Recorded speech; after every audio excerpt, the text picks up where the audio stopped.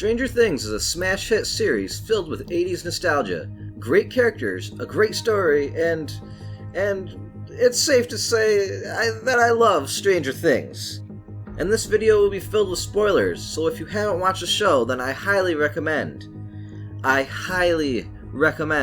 me repeat that. I highly recommend you go watch it right now. It's on Netflix. Pause this video and go watch it. Then come back and watch this video. Go ahead. I'll wait for you. Go on. Go watch it. Seriously, go watch it. I'll wait for you. Alright, now I'll assume you have watched the full 8 episodes of the first season of Stranger Things. If you haven't, then shame on you. As I said, Stranger Things is a smash hit series that is packed full of 80s nostalgia, with nods to classic movies like Evil Dead, John Carpenter's The Thing, Stand By Me, Jaws, Alien, Poltergeist, The Goonies, Star Wars, E.T., and the list goes on and on. Much of the story is even told through a classic tabletop game of the 80s, Dungeons & Dragons, where Elle flips the board upside down to explain where Will is to the other kids, placing Will's wizard figure onto the black side of the board to show that he is in the upside down, a dark world that mirrors our own. And she then placed the figure of the Demogorgon next to Will, to show that a monster was after him.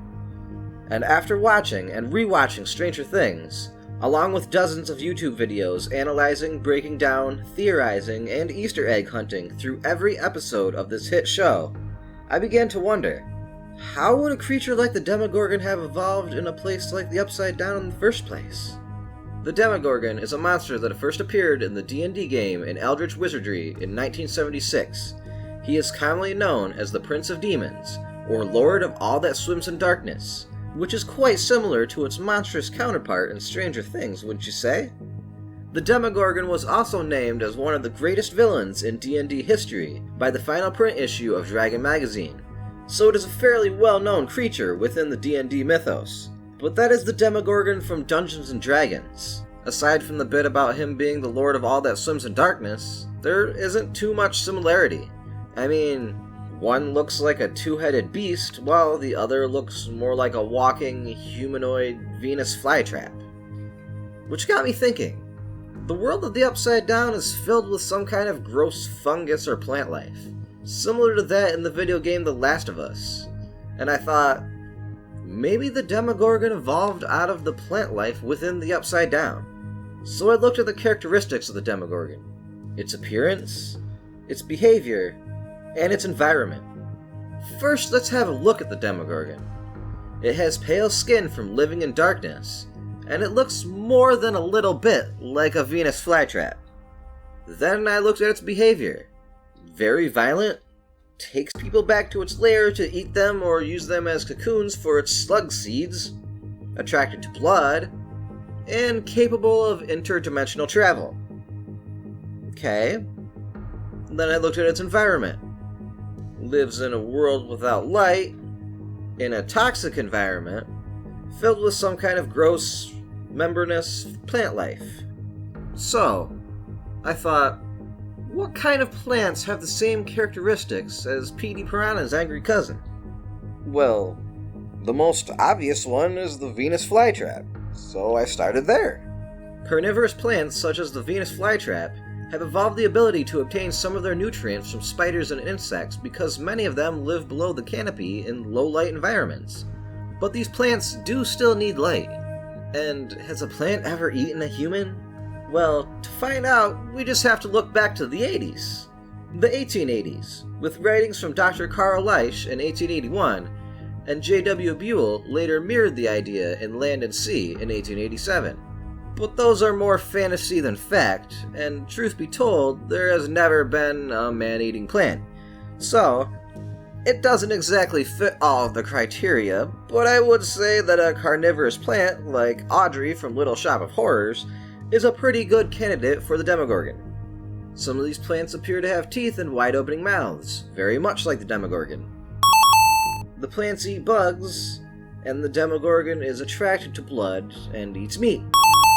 Due to their carnivorous nature, they can live in a low-light environment, and the Demogorgon lives in an almost no-light environment. But there's still the fact that it is not green like a plant, it's not rooted to the ground like a plant, it reproduces more like an alien from the Ridley Scott classic than it does like a plant, and it can slip back and forth between dimensions at will.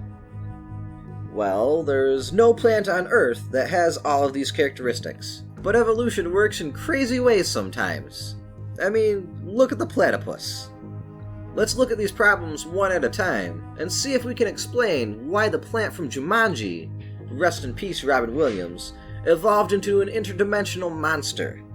The plant life in the Upside Down is much like the cordyceps fungus in The Last of Us, and the fungus does not need much light, if any at all, and the spores in the game spread through living bodies, very similar to how it appears that the slugs are incubated within human bodies. So the lack of chlorophyll to make the plant life green could explain the look, and the spreading of the plant life into a host organism could function in much the same way as The Last of Us. That takes care of the appearance and the reproductive cycle. But what about the fact that it is not anchored to the ground with a root system?